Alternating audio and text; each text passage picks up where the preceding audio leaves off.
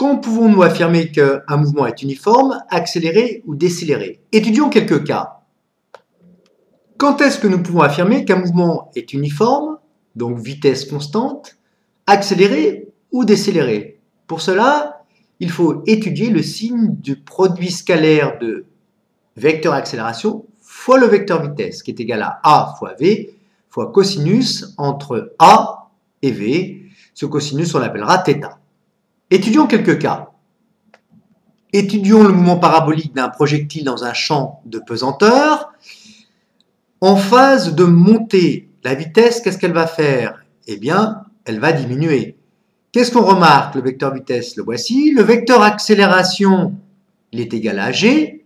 Donc, on voit qu'entre le vecteur vitesse et le vecteur accélération, il y a un angle plus grand que pi sur 2.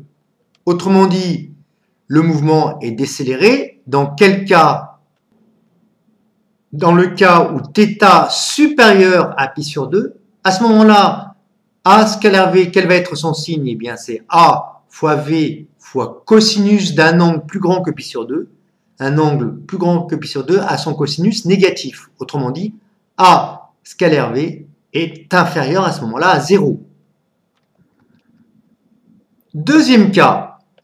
Eh bien, cette fois-ci, le solide est en phase de descente. On voit que sa vitesse augmente. Que vaut l'angle entre l'accélération et la vitesse à ce moment-là? L'accélération est ici, le vecteur vitesse, on le voit, il est ici.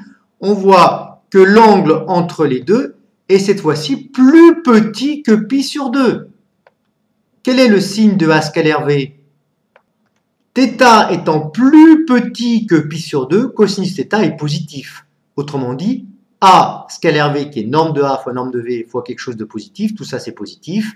Donc A scalaire V est plus grand que 0. Le mouvement est accéléré, la norme de la vitesse augmente. Troisième cas. Le mouvement circulaire uniforme. Eh bien, regardons le vecteur vitesse. Le vecteur vitesse, il est tangent à la trajectoire. Le vecteur accélération, comment il est?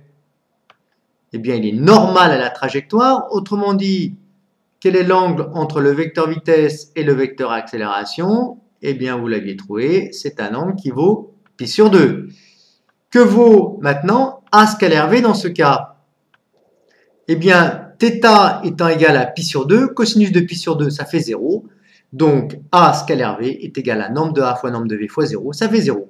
Le mouvement est à ce moment-là uniforme, la norme de la vitesse est constante. Pas le vecteur vitesse, évidemment, puisque la direction de ce vecteur vitesse change au cours du temps.